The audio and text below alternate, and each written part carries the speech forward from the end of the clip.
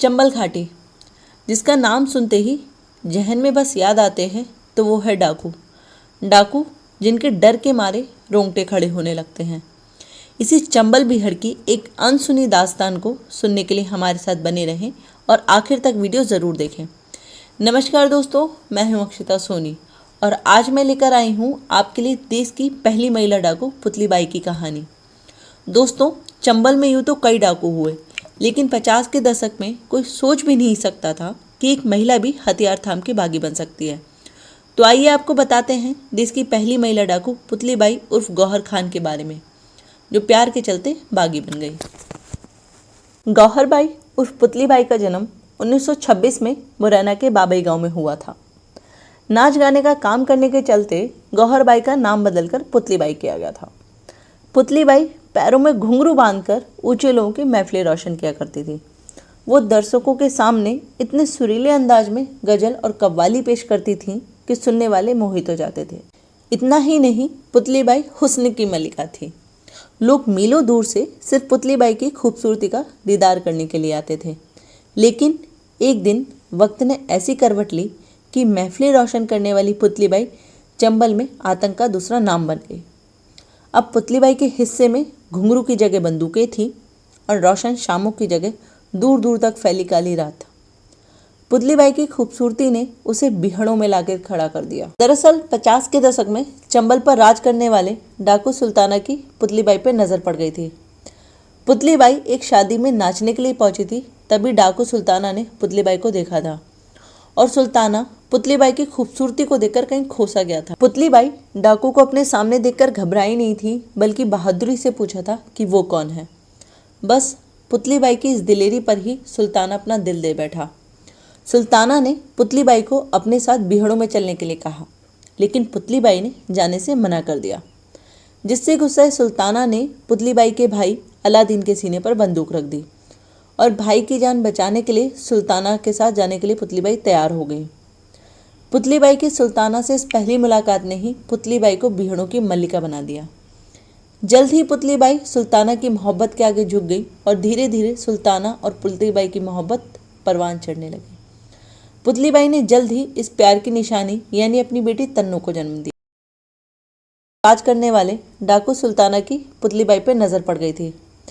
पुतली बाई एक शादी में नाचने के लिए पहुंची थी, तभी डाकू सुल्ताना ने पुतली बाई को देखा था और सुल्ताना पुतली बाई की खूबसूरती को देखकर कहीं खोसा गया था। पुतली बाई डाकू को अपने सामने देखकर घबराई नहीं थी, बल्कि बहादुरी से पूछा था कि वो कौन है। बस पुतली बाई की इस दिलेरी पर ही सुल्ताना अपना दिल दे बैठा। सुल्ताना ने पुतली बाई को अपने साथ बिहड़ों में चलने के लिए कहा, लेकिन पुतली बाई ने जाने से मना कर दिया, जिससे गुस्साए सुल्ताना ने पुतली बाई के भाई अलादीन के सीने पर बंदूक रख दी और भाई की जान बचाने के लिए सुल्ताना के साथ जाने के लिए पुतली बाई तैयार हो गई। पुतली बाई की सुल्ताना से इस पहली मुलाकात ने ही पुतली बाई को बिहड़ों की मल्लिका बना दिया। जल्द ही पुतली बाई सुल्ताना की मोहब्बत के आगे झुक गई और धीरे धीरे सुल्ताना और पुतली बाई की मोहब्बत परवान चढ़ने लगी। पुतली बाई ने जल्द ही इस प्यार की निशानी यानी अपनी बेटी तन्नू को जन्म दिया। लेकिन कहते हैं खुशियों की उम्र ज़्यादा नहीं होती, तो पुतली बाई की खुशियाँ भी ज़्यादा दिन नहीं टिक पाईं। सुल्ताना के गैंग के एक डकैत कल्ला डकैत ने पुलिस से हाथ मिला लिया था। उसी की मुखबिरी पर पुलिस ने 25 मई 1955 को सुल्ताना का एनकाउंटर कर दिया। यहीं से पुतली बाई की जिंदगी खाक में तब्दील हो गई। सुल्ताना की मौत के बाद पुतली बाई छुपकर रहने लगी और एक दिन बेटी से मिलने जाने के दौरान पुलिस ने पुतली बाई को पकड़ लिया। जमानत पर रिहा हुई पुतली बाई ने पुलिस से प्रताड़ित होकर हथियार थाम लिए और कल्ला की हत्या कर अपना बदला पूरा किया। साथ ही गैंग की बागडोर भी अपने हाथ में ले ली।